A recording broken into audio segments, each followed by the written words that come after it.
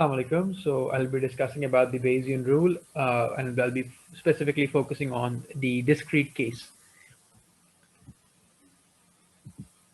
So the Bayesian approach in life. I mean, we always use prior knowledge from our experiences and memories and new evidence from our senses to assign probabilities to everyday things and how we manage our lives. Let's just consider something as simple as answering a mobile phone, which we usually keep on our work desk in our homes. So let's just assume a scenario where you're in a garden outside and you hear your phone is ringing. Your new data is consistent with the phone being anywhere indoors, yet you go straight to a desk. So you're trying to find your phone, and you just combine your prior knowledge of the phone, which is usually on the work desk, with the new evidence that it is somewhere in the house to pinpoint its location. And you go to the work desk and you can find your phone over there, given that you use your prior knowledge of the phone being there. So if the phone is not at the work desk, then you use your prior knowledge of where you have kept the phone previously at some times to narrow down your search. But you ignore the most of the places in the house, for example, the fridge or the sock drawer, or where you keep your junk. You ignore all those places as they're highly unlikely a priority, and you hone in on what you consider the most likely places until you eventually find the phone. Basically, you're just using Bayes' theorem to find the phone. So this is the Bayesian approach in life, narrowing down your search on what you already know. Now, what's belief and evidence? So a feature of the Bayesian inference is that your prior belief is most important when data is weak. So we use this principle intuitively. For example, let's say you are playing darts somewhere, and and a nearby stranger says that he or she is a professional darts player. You might essentially assume that that person is joking. Yeah, I mean, you're just gonna say that professional dart player. Nah, that's not because you. But then again, you have to think about it that you know nothing about the person, but you realize your prior knowledge is that chances of meeting a real professional darts player is very small. It's very rare. So if that same stranger throws a dart and hits a bullseye, you're still not going to believe he's a professional. You're just going to say that that was a lucky shot. But if that person hits the bullseye 3 times or more than 3 times in a row, you would tend to accept their claim of being a professional because your prior belief becomes overridden as evidence accumulates. This is Bayes' theorem at work again. So, now coming down to this, what exactly is the Bayes' theorem? So as I talked about earlier, we have a prior, we have an evidence, we have a likelihood, and we have a posterior. Now, what exactly is a prior? A prior is basically the knowledge that you already have within yourself, that you already know about. Like this in the case of the phone, we already knew that it was a prior belief that the phone is normally going to be on the work desk or somewhere where there are chances to keep our phone at. Similarly, the likelihood of something occurring, given that something has occurred, is also the probability given that you know about the prior and about the evidence. Now, what is the evidence in actuality? So basically, this evidence is something that is concrete, that is um, present. So to put it into context and alongside the posterior, so the posterior probability is just the revised or updated probability of an event occurring after taking into consideration the new information that you get from here. The the prior probability basically represents what is originally believed before new evidence is introduced. And the posterior probability takes this new information into account after the evidence is introduced and the prior is updated, and the entire inference is updated. And that's how you infer things using the Bayesian model. So let's go through it via an example. So in the recent on-campus exams during a pandemic, suppose that the probability that a student performs bad in the exams, given he or she was dishonest, is 0.95.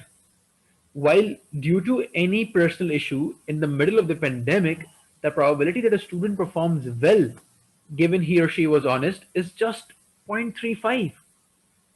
Now, suppose that 10% of all students have been dishonest. So, out of the entire pool of students, only 10% of students have been dishonest.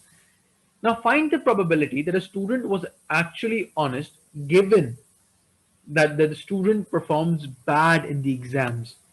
So now, since we already have a clear picture of what we're trying to find out, that what is the probability that a student is honest, given that he performs bad in the exam. So this was going to be our posterior, and we're going to start off with solving this question to understand, to get a better grasp on the bias rule. So what is the probability of the student being dishonest? We know that's zero point 0.1 because it's 10% of all the students, and we vis-a-vis, the probability of a student being honest is zero point 0.9. Similarly, what is the probability that a student performs bad given he is dishonest? That's 0.95. But what is the probability that a student performs well in the exams given that he is dishonest? That's 0.05.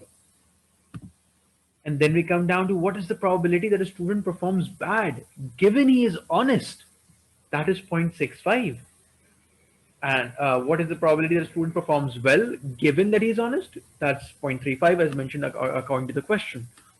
Now, what we're looking for is that the probability that a student, the posterior probability that a student is honest, what is the probability that a student is honest given that his paper was not so good, it was bad?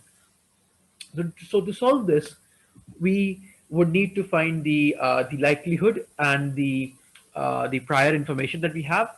That is, that the likelihood of this happening, that the probability of a student performing bad give in the exams, given he is honest, despite any certain issue going on during the pandemic, it's 0.65. While the prior information that we have, the prior belief that we have, is that there are zero point 0.9. That's 90% of all students are honest. That's zero point 0.9. So we get the numerator for the Bayesian theorem with the likelihood and the prior ready with 0.585 as its value, which is basically the probability that the student is honest and performs bad. Then we find out the probability of bad performance. What is the probability that the chances of students overall generically performing bad? So that is basically the probability of a student being dishonest and performing bad, plus a student being honest and then performing bad. So this is the evidence that a student is going to, that is to, this percent of students, this probability of students are going to perform bad in the exams. And in some cases, it's going to be that the students are dishonest, while in some, it's going to be that the students were honest, but unfortunately, due to some issues during the pandemic, they are not able to perform well.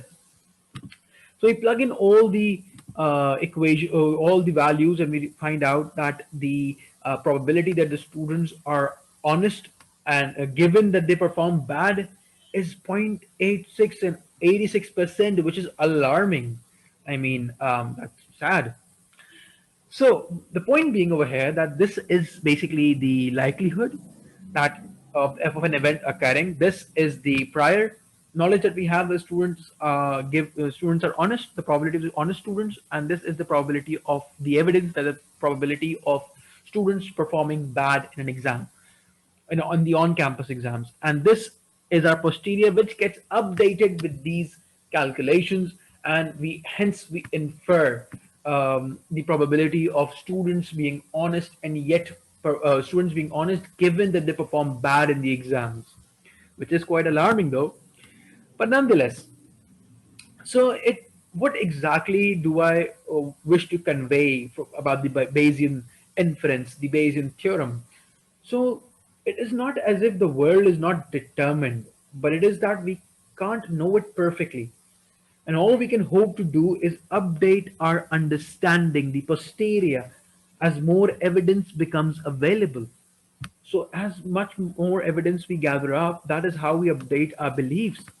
So after these final exams have been concluded and the results are not so favorable in the students' favor, not so favorable for the students, despite them being honest, then only would in the administration or the the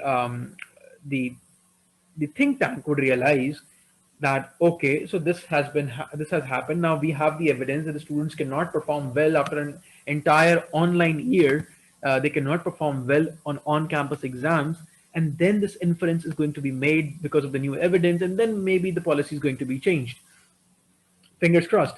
So basically, the Bayes theorem tells us how to update these beliefs in light of new evidence, but it cannot still tell us how to set our prior beliefs. And so it is possible for some people to hold that certain things are true with 100% certainty, and other people to hold the same things as true with 0% certainty. For example, in this very case, since Bayesian theorem does not allow us to infer the prior, so if instance cannot allow us to set our prior, there might be, even after the entire haphazard, there might be some people who would think that no, the probability of students being honest cannot be zero point 0.9, and they'd be so sure that that would be 100% certainty, even though they could be wrong. But then at the same time, there are going to be some people who are going to be completely denying that with 100% certainty that no, students are 90% honest. So this would exist given the fact that this prior information would vary, would not be updated using a Bayesian inference. So what Bayes' theorem shows us that in those cases where there is absolutely no evidence, nothing could do to change their minds. So it's good for us that since we will, after these exams, we will have some evidence of what is the probability of students performing bad in their exams, that there is going to be evidence and Bayes' inference would work in our case. But if there would not be any such evidence, then definitely the policy, despite the policy or any framework that has that causes any sort of haphazard, is still going to continue because of the absence of evidence. But in our case, since there would be evidence, so this inference could be made easily using the Bayesian model. So basically, before I conclude this, we keep updating our beliefs to a point of near certainty. But we think that this is basically the way nature is. It's the way the world is. There's nothing that we can do to change it. But however, that is not the case.